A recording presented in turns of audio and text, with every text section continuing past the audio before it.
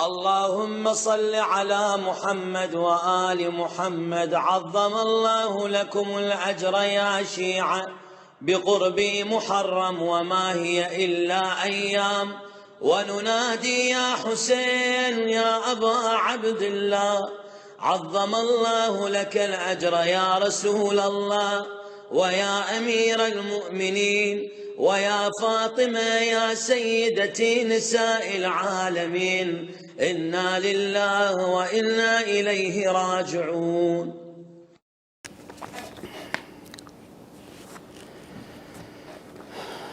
أعوذ بالله من الشيطان الرجيم.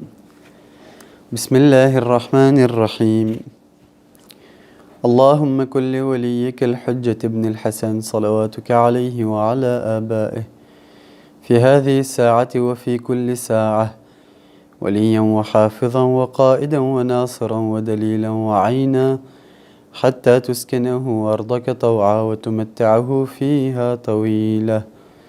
اللهم صل على محمد وآل محمد. صلى الله عليك يا رسول الله وعلى آلك المظلومين. صلى الله عليك يا أبا عبد الله يا حسين يا ابن رسول الله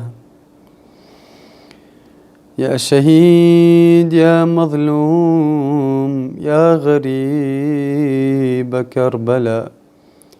يا ليتنا كنا معكم سادتي فنفوز والله فوزا عظيما. Mes chers frères, mes chères sœurs, assalamu alaikum wa rahmatullahi wa barakatuh. Notre sujet d'aujourd'hui concerne les compagnons de l'imam Hussein alayhi salatu wassalam. Ceux qui étaient dans le campement, ceux qui sont tombés en martyr avec l'imam, mais qui n'étaient pas de sa famille. Le jour de Ashura est un jour où des personnalités incroyables se sont montrées au monde. À vrai dire, chaque compagnon que l'imam Hussein alayhi salatu wassalam avait était à lui tout seul tout un univers. Ce sont des personnalités de qui nous devons apprendre pour que nous appliquions leurs habitudes, leurs bonnes habitudes dans notre vie. Et pour cela, nous devons savoir qui étaient-ils, qu'ont-ils fait, qu'ont dit les imams à leurs propos. Pour pouvoir connaître et savoir qui étaient-ils, nous avons plusieurs moyens mis à notre disposition. Premièrement, nous avons les livres d'histoire ainsi que les livres de biographie. Nous pourrons en connaître leur nom, le nom de leur père, leur mère, leurs enfants, leurs épouses, la date de leur naissance et de leur décès, à quelle tribu ils appartenaient, qu'ont-ils accompli dans leur vie, quelle était leur profession, à quelle bataille et guerre ils ont assisté, etc. Ces livres vous donneront des informations concernant leur vie apparente, leur vie, on va dire, matérielle. Mais pour aller plus loin, il faudra creuser un peu plus et chercher ailleurs, pour savoir quel était leur grade auprès d'Allah, pour connaître leur vie spirituelle, pour connaître leur rang auprès de nos imams. Il faut se sourcer auprès de ceux qui représentent Allah subhanahu wa ta'ala sur cette terre, nos imams, les Ahlul Bayt alayhimus salatu wassalam. Et une fois que nous sortirons de la connaissance basique de ces personnages qui ont combattu auprès de l'imam Hussein et qui l'ont défendu, et que nous lirons ce que nos imams ont dit sur eux, nous entrerons dans un univers tout à fait différent. Nous allons découvrir des personnes qui avaient une spiritualité immense, des personnes qui avaient une fidélité incomparable.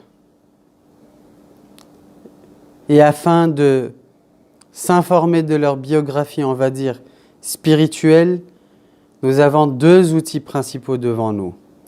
Premièrement, les ziyarat, les visites pieuses de l'imam Hussein que nous avons. Car certes, dès que nous visitons l'imam Hussein, ces personnes-là ont la chance d'être visitées directement après l'imam Hussein. Chaque imam qui nous a appris une ziyarat de l'imam Hussein a ensuite cité les shuhada et Karbala, les martyrs de Karbala, dans ces ziyarats-là. Et le deuxième outil que nous avons pour connaître ces compagnons sont les narrations de nos imams, dans lesquelles ils ont parlé des compagnons, soit généralement, ils ont décrit tous les compagnons, les spécificités communes des compagnons, et dans certaines narrations, nous pouvons trouver que les imams ont cité quelques compagnons et ont dit leurs qualités et leurs mérites. Et là, on entre dans des significations profondes. On est face à des textes qui nous parlent d'humains, certes, mais qui semblent comme des anges, et mieux que les anges. On pourrait beaucoup parler des compagnons de l'imam Hussein, alayhi salatu wassalam. Pas que cette nuit, mais pendant 10 nuits. On pourrait consacrer tout un mois de Muharram, voire toute l'année, pour parler de ces personnes qui sont tombées en martyrs auprès de l'imam Hussein, pour connaître leur grade auprès d'Allah, leur rang auprès de nos imams, leur qualité, leur mérite, leur spécificité. Mais malheureusement, le temps nous est compté. Donc, nous allons seulement nous allons ramener quelques narrations de nos imams qui nous décrivent qui étaient ces compagnons-là. Nous allons juste citer les narrations sans entrer en profondeur. Mais avant que je vous cite les hadiths, je voudrais qu'on fasse une chose. Lisons la traduction des ziyarats de l'imam Hussein et des martyrs de Karbala. Essayons de comprendre, de réfléchir, de méditer sur les significations profondes qui existent dans ces textes saints. Nous savons que ces compagnons-là étaient des gens ordinaires avant Karbala, des gens comme vous et moi, qui n'étaient pas des infaillibles comme les imams. Mais ils sont arrivés à un point où l'imam nous apprend à dire « Ya laytana kunna ma'akum, fanafouza fawzan azima » que nous aurions aimé, nous aurions voulu être avec eux pour que nous aussi nous gagnions la grande victoire. Qui étaient donc ces personnes ? Nous allons voir quelques hadiths de nos imams qui ont parlé de ces personnalités. Il est rapporté du saint prophète, il parlait un jour de l'imam Hussein et de la guerre de Karbala quand il dit « Tansurhu isabatum min al-muslimin, ulaika min sadati shuhada ummati yawm al-qiyamah » Il dit que mon petit-fils Hussein va mener une guerre à Karbala, sera confronté à une guerre à Karbala, et qu'un groupe de musulmans va l'aider. Ceux-là seront parmi les maîtres des martyrs de ma communauté le jour du jugement. Tout comme l'imam Hussein est appelé Sayyid al-Shuhada, le maître des martyrs. Ses compagnons sont eux parmi les maîtres des martyrs de la communauté du saint prophète, eux aussi. Ensuite, dans une autre narration, l'imam Baqir alayhi salatu wassalam dit que quand l'imam Hussein plaçait les martyrs parmi les compagnons côte à côte, vous savez que dès qu'un compagnon sortait, dès que quelqu'un sortait du campement pour aller vers le front de la guerre, quand il tombait en martyr, c'était l'imam Hussein lui-même qui ramenait les corps sans âme des compagnons, de ses compagnons, et il les avait placés dans une tente. Il les plaçait côte à côte. Et quand il les plaçait côte à côte, il disait « Qatlana qatlan nabiyyin » Nos martyrs sont comme les martyrs des prophètes. Ce que nous devons en comprendre, que chaque personne qui a assisté à une guerre avec un prophète a les mêmes mérites que les martyrs de Karbala. Imaginons aujourd'hui, nous avons des versets qui parlent des mérites des personnes qui sont tombées en martyr lors de la guerre de Badr avec le saint prophète Mohammed sallallahu alayhi wa alihi. Les martyrs de l'imam Hussein alayhi salatu wassalam ont le même mérite et la même récompense que ceux qui sont tombés en martyr le jour de Badr, le jour de Hunayn, le jour de Uhud, etc. Ensuite, dans une autre narration, il est rapporté de Muhammad ibn Ammar. Il dit, j'ai demandé à l'imam Sadiq, كيف كان أصحاب الإمام الحسين يستقبلون الموت? Comment les compagnons de l'imam Hussein accueillaient-ils la mort? L'imam lui répondit, إنهم كشف لهم الغطاء حتى رأوا منازلهم من الجنة. Les rideaux qui cachent leurs yeux ont été levés. Ces rideaux qui nous empêchent de voir le vrai monde, ces rideaux qui nous empêchent de voir l'au-delà, ont été levés pour les compagnons de l'imam Hussein, de sorte qu'ils ont pu voir leur demeure au paradis. Dans une autre narration de l'imam Sajjad, il nous dit que quand son père, l'imam Hussein, a donné la permission la nuit de Ashura aux compagnons de partir, mais qu'ils ont refusé, l'imam a insisté et il a dit « Vous allez tous être tués demain. Aucun d'entre vous ne va s'en échapper, ne pourra s'en échapper. » Ils ont dit « Alhamdulillahi alladhi sharrafana bil qatli ma'ak » Dis louange à Allah. Ils disent louange à Allah, celui qui nous a honorés d'être tués avec toi, ô Hussein. L'imam a alors prié pour eux et leur dit ensuite, levez vos têtes et regardez. Ils ont alors vu leur place ainsi que leur maison dans le paradis. Et l'imam s'adressait à chacun d'eux et disait, ô Fulan, ceci est ton palais. Et il s'adressait à un autre, ce palais-là est le tien.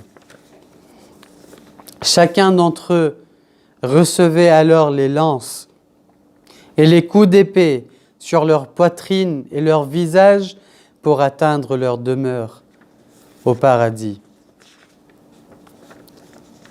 Et dans une narration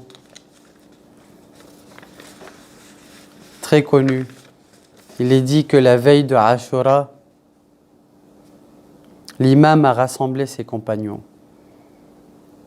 et a fait un discours devant eux et a attesté devant Allah des mérites de ses compagnons en disant « فَإِنِّي لَا أَعْلَمُ Ashaban awfa wala khayran min ashabi. Il dit, je ne connais pas de compagnons plus fidèles et meilleurs que mes compagnons. Combien sont chanceux ces personnes qui étaient présentes avec l'imam Hussein ce jour-là. Quelle opportunité ils ont eue.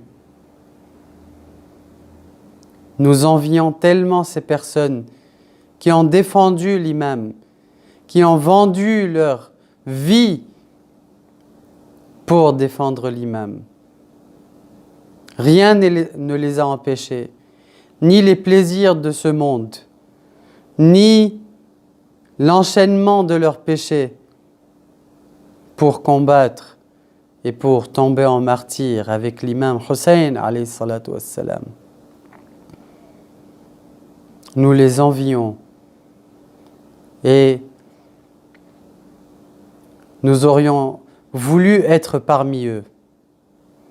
C'est pour ça que dans certaines de nos narrations, certains des compagnons des imams venaient les voir et les disaient « Que faire pour que nous aussi, nous soyons ressuscités avec les compagnons de l'imam Hussein le jour du jugement?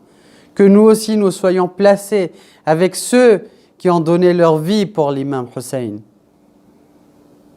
Les imams nous ont donné plusieurs conseils afin que nous nous améliorons et que nos noms rejoignent la liste des compagnons de l'imam Hussein. C'est pour ça qu'ils nous ont appris cette phrase que nous répétons toujours, dans laquelle nous disons « Ya laytana kunna ma'akum fanafuza fawzan azima » Nous aurions aimé être avec vous pour que nous aussi, nous gagnions une grande victoire. Et dans la ziyarat al-Nahiya, la ziyarat qui a été enseignée par l'imam Mahdi, Ajjalallahu ta'ala farajahu sharif, l'imam nous apprend et nous dit de dire que si les époques, on s'adresse à l'imam Hussein et on le dit, si les époques m'ont retardé, nous ne sommes pas nés à l'époque de l'imam Hussein, nous n'avons pas vécu à son époque. Si nos époques nous ont retardés et que je n'ai pas pu te défendre et te porter secours au Hussein, فَلَنْدُبَنَّكَ صَبَاحًا وَمَسَاءً. Je te lamenterai alors, je me lamenterai alors sur toi, jour et nuit. وَلَأَبْكِيَنَّ عَلَيْكَ بَدَلَ الدُّمُوعِ دَمًا. Et je pleurerai pour toi des larmes de sang. Si nous comprenons bien ce que l'imam Mahdi est en train de nous apprendre, cela voudrait dire que ces larmes que nous versons pour l'imam Hussein sont le moyen pour que nos noms rejoignent le nom des compagnons de l'imam Hussein. Ces pleurs sont le moyen pour que nous aussi nous faisions partie des compagnons de l'imam Hussein alayhi salatu wassalam. Je sais que certains se demandent sûrement que comment de simples larmes puissent avoir tant d'effets. Les imams nous disent, nous apprennent que ces larmes ont une valeur que nous ne pouvons pas comprendre. La récompense que nous avons en versant ces larmes est une récompense tellement grande que personne à part Allah ne peut les compter, dans une narration de l'imam Sadiq. Ces larmes ne sont pas des choses anodines. Ne sous-estimons pas ces larmes. Je me souviens en ce moment d'une narration de l'imam Sadiq alayhi salatu wassalam qui dit que si vous voulez, à peu près, je ne me souviens pas exactement de la narration, mot par mot, mais l'imam veut nous dire que si nous voulons accomplir notre devoir envers l'Ahl al-Bayt. Qu'est-ce que nous avons à faire? C'est de pleurer sur l'imam Hussein alayhi salatu wassalam. Pleurer,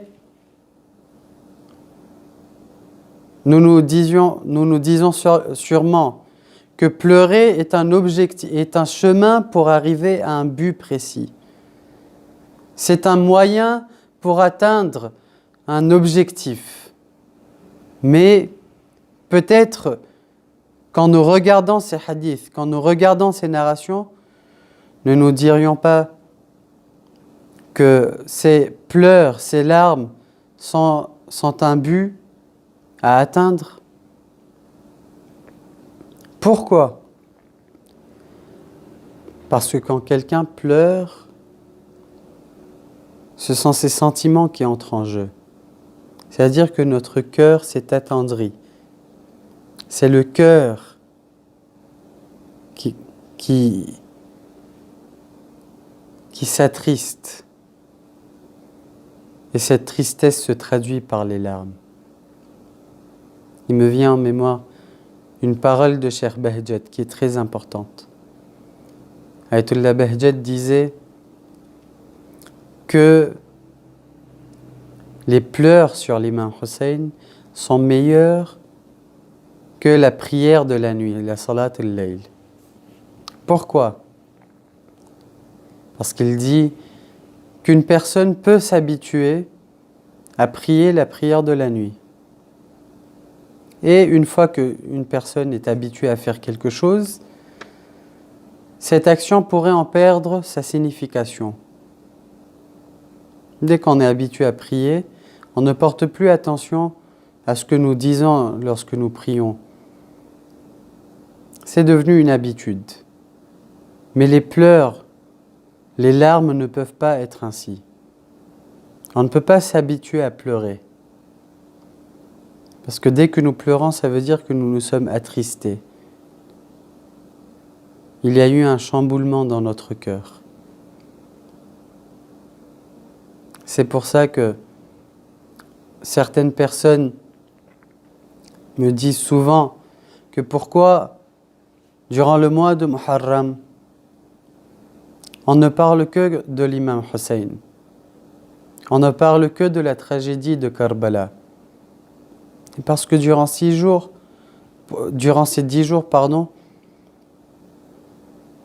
ce sont des jours où nous devons pleurer, nous rappeler de la tragédie de Karbala. La première nuit, nous avons vu la narration de l'imam Kazim alayhi salatu wassalam, de l'imam Rida alayhi salatu wassalam, qui disait que son père, l'imam Kazim, était tout le temps triste durant ces 10 premiers jours et qu'une peine profonde s'emparait de lui.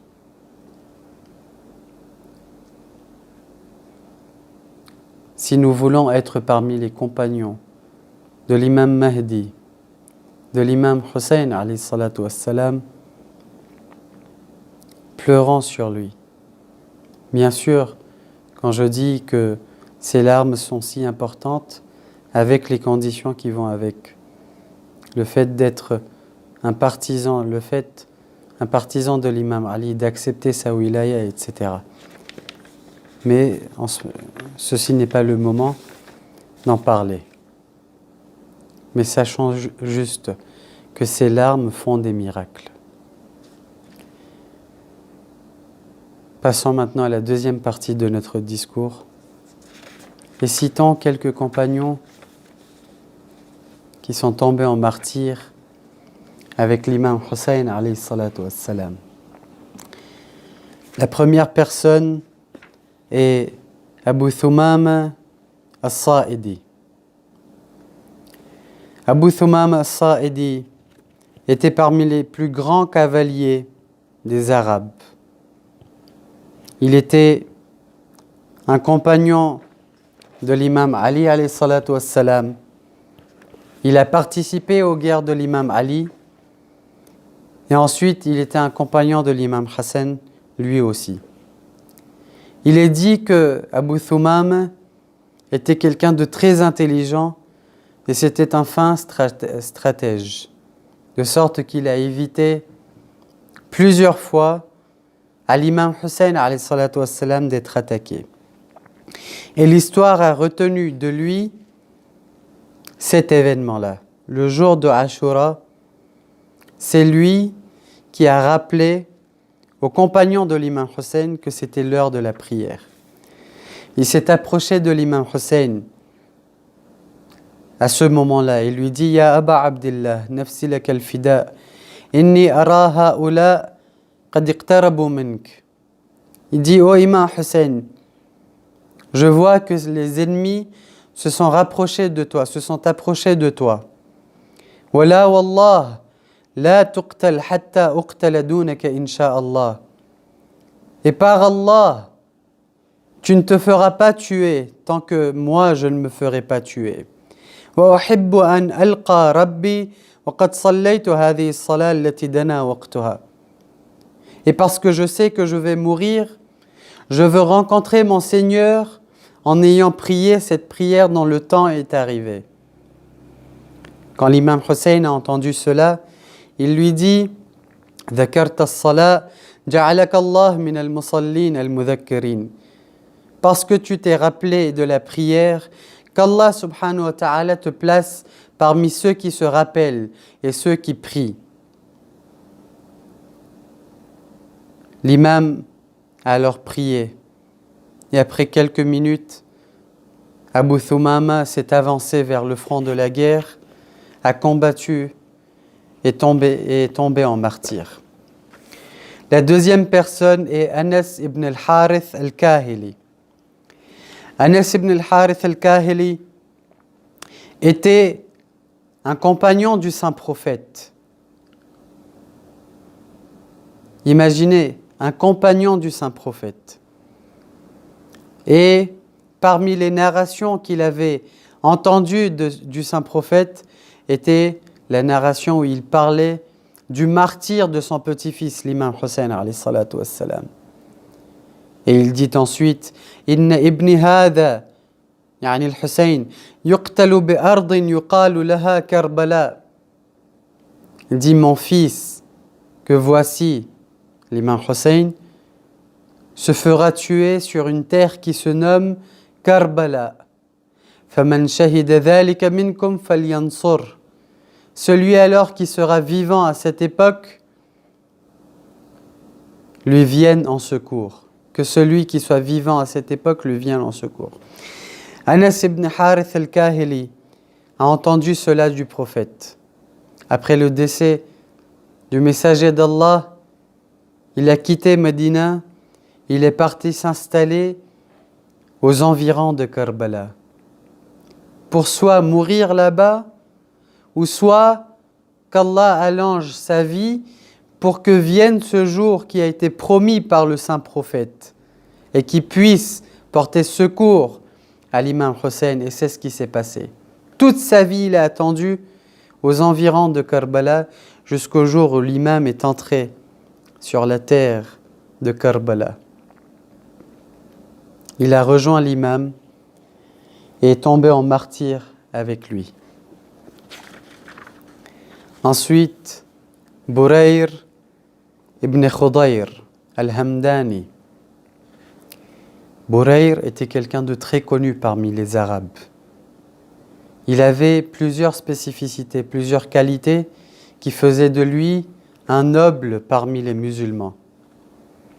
Il est dit qu'il était quelqu'un qui connaissait le Coran, de sorte qu'on l'appelait Sayyid al-Qurra, le maître des lecteurs du Coran. C'était quelqu'un qui était très clairvoyant et très pieux. Il est aussi dit que c'était quelqu'un de très strict et de très sérieux. Mais le jour de Ashura, avant que la guerre commence, il était en train de parler avec son ami Abdurrahman avec un visage souriant. Abdurrahman lui dit « Oh Burayr, atadhak »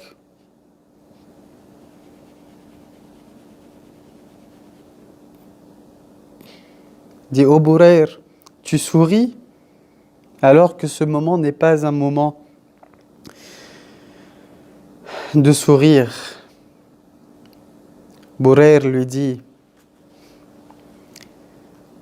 je ne rigole pas pour rien. C'est parce que je sais que nous allons vers le paradis. Dans quelques heures, nous serons au paradis et nous profiterons des bénédictions d'Allah dans le paradis.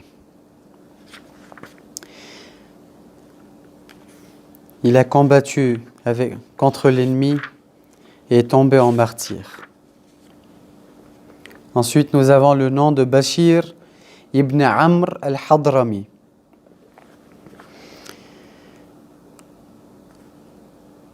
Regardez la fidélité de ce compagnon. Le jour de Ashura, une personne est arrivée à Karbala et s'est dirigée vers le campement de l'imam Hussein. Arrivé au milieu de l'armée, il a commencé à chercher Bourayr. Quand il l'a vu, il l'a dit « Tu dois quitter le campement de l'imam Hussein et sortir de cette ville pour rejoindre ta ville parce que ton fils a été capturé. » L'imam Hussein alayhi salatu wassalam a entendu ce que cette personne venait de dire. L'imam est venu voir Bourayr. Il lui a dit « Ô Bourayr, anta fi hillim min bay'ati. » Ô Bourayr, je te libère de mon allégeance. Fa'amal fi fakak ibnik. Alors fais en sorte que ton fils soit libéré. Tu peux aller libérer ton fils. Bourayr lui répondit « Akalatni as-siba' hayyan in faraqtuk. » Que les animaux sauvages me mangent vivant si je me sépare de toi. Oh Hussein. Ensuite, nous avons le nom de deux frères, Saïf al-Jabiri et son frère Malik al-Jabiri. Alors que plusieurs compagnons de l'imam Hussein ont été martyrisés, c'était un moment très dur. Ils sont venus voir l'imam Hussein alayhi salatu wassalam et ont commencé à pleurer. L'imam leur a demandé « Pourquoi pleurez-vous » Ils ont dit « Ja'alana Allah fidak, la wallah, ma ala anfusina nabki. » Nous ne pleurons pas sur nous, ô Hussein, walakinna nabki alayk. Mais nous pleurons pour toi, pour ta solitude. Naraki qad uhita bik. Nous voyons que tu es encerclé. Wala naqdiru ala an namna'ak. Et nous ne pouvons pas les empêcher de te tuer. L'imam Hussein les a remerciés pour leur compassion. Ensuite, les deux jeunes sont montés sur leurs chevaux et sont venus faire leurs adieux à l'imam. Ils ont dit « Assalamu alayka ya ibn Rasulillah ». L'imam leur a répondu. Ils ont combattu et sont tombés en martyrs. Ensuite, nous avons le nom de Jaoun, l'esclave de Abu Dharr. John était l'esclave de Abu Dharr al-Ghifari, le compagnon du prophète. Et quand Abu Dharr est décédé, il a rejoint la maison de l'imam Ali alayhi salatu wassalam. Et il l'a servi toute sa vie. Après le martyre de l'imam Ali, il a servi l'imam Hassan. Et ensuite, il a servi l'imam Hussein. Le jour de Ashura, l'imam est venu le voir. Il lui a dit « Ces personnes-là sont assoiffées de mon sang. Et tu as déjà assez fait pour nous. Tu nous as servi toute ta vie. Je te libère. Va et fais quelque chose de ta vie. Va et change ta vie. Tu es maintenant libéré. »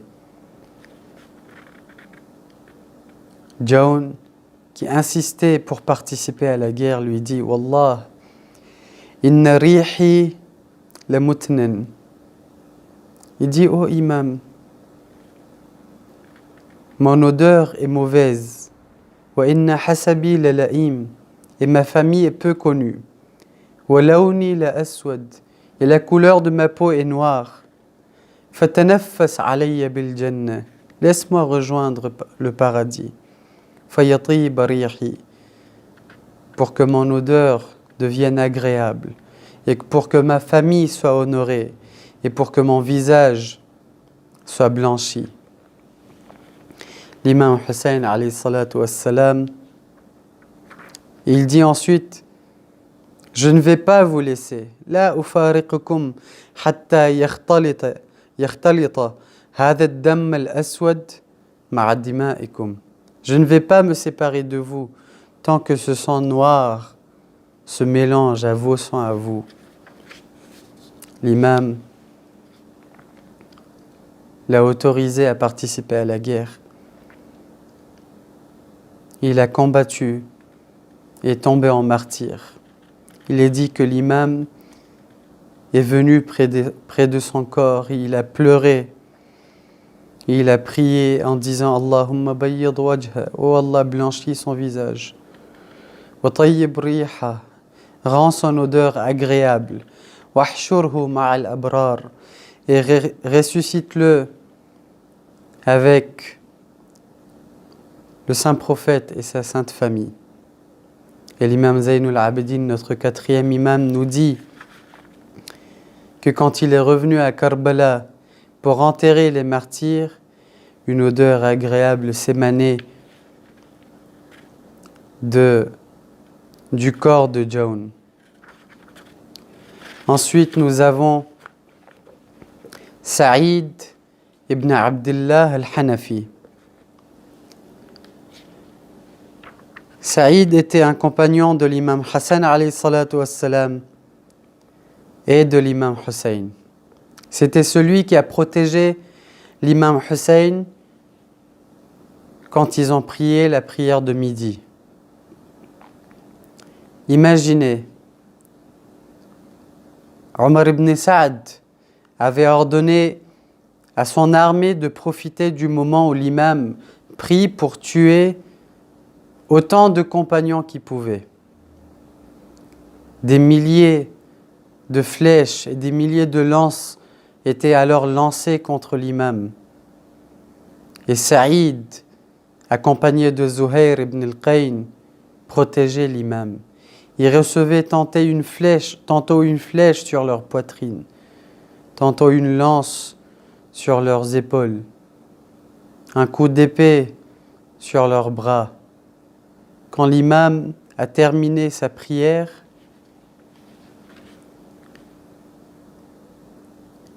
Saïd était rempli de blessures et il est tombé. Et l'imam l'a pris dans ses bras. Il a ouvert ses yeux et il a vu le visage de son imam. Il dit, ô imam, awafitu bi ahdi, ya ibn Rasulillah. Ai-je accompli mon devoir, ô fils du messager d'Allah? L'imam lui a dit, oui, ton devoir a été accompli. Et il a quitté ce monde. Ensuite, nous avons le nom de Suwayd ibn Amr. Suwayd ibn Amr était le compagnon qui a combattu contre l'armée de Ibn Saad, et à cause du nombre de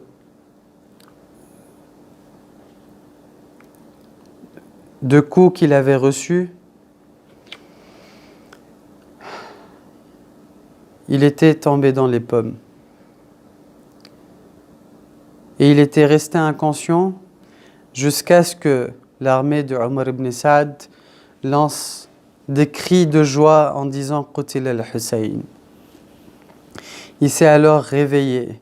Il a sorti un couteau de sa poche et a commencé à les combattre jusqu'à ce que lui aussi rejoigne les martyrs de l'imam Hussein alayhi salatu wassalam.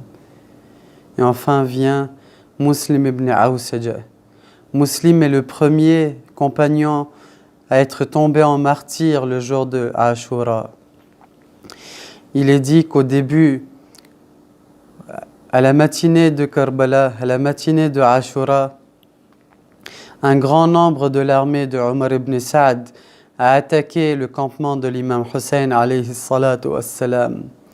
Muslim ibn Awsaja est sorti tout seul pour défendre le campement et pour défendre l'imam Hussein alayhi salatu wassalam. Il a combattu, il y avait tellement de personnes que la poussière s'était levée. Et alors que la poussière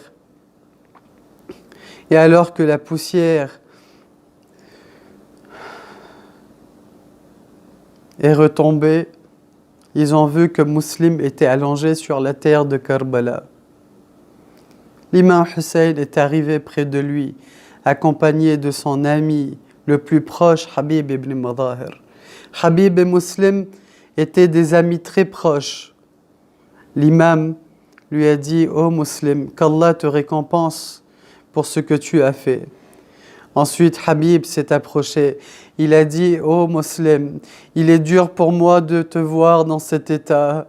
Si je ne savais pas que moi aussi je vais te rejoindre dans quelques instants, j'aurais aimé que tu me dises tes dernières volontés. » Muslim lui dit avec une voix très faible, il dit « Oui Habib, même si je sais que tu vas me rejoindre, j'ai une dernière volonté. Je veux que tu fasses quelque chose avant que je ne meure. » Habib lui dit « Dis-moi, que veux-tu que je fasse ?»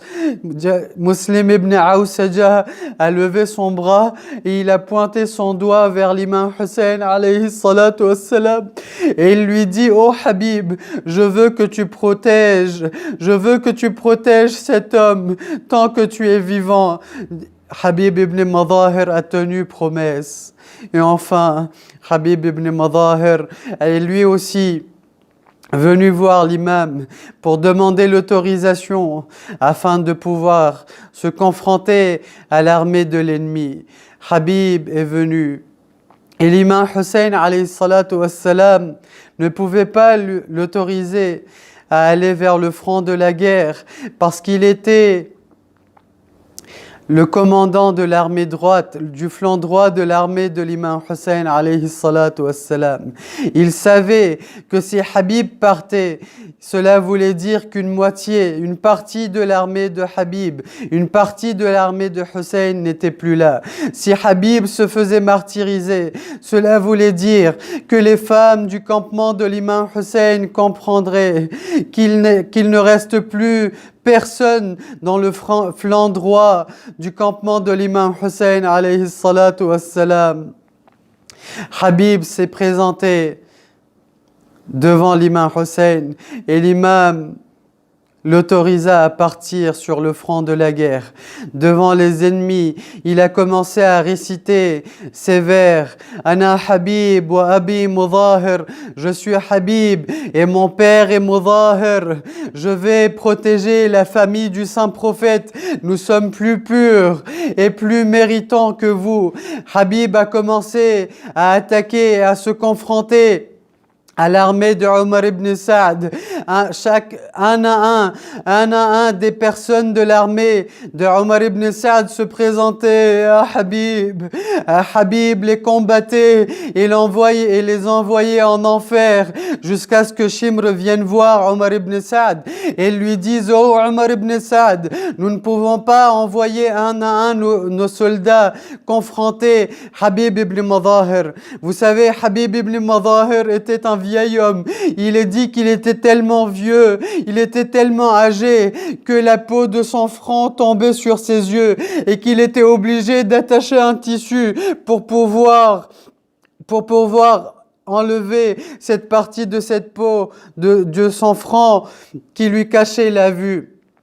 Shimr dit à Omar ibn Saad que nous ne pouvons pas envoyer un à un nos soldats devant ce vieil homme. Nous devons l'attaquer en groupe. Ajarukumullah ya mu'minin. Une grande troupe de soldats des ennemis a commencé à attaquer Habib ibn Madahir. Alors qu'il se battait avec l'un d'eux, l'autre est venu. Un des ennemis de l'imam Hussein alayhi salatu wassalam est venu et a attaqué Habib ibn Madahir par derrière. Il l'a planté une lance sur son dos. Un autre est venu et il lui a coupé son bras. Un autre est venu et il lui a lancé une lance sur sa poitrine. Alors que Habib ne pouvait plus combattre, il est tombé sur la terre de Karbala et il a appelé l'imam Hussein. Ya Aba Abdillah, alayka minni salam.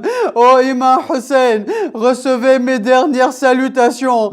L'imam Hussein est venu voir Habib et les ennemis disent, l'histoire nous dit que quand l'imam Hussein est venu voir Habib, il a dit une phrase.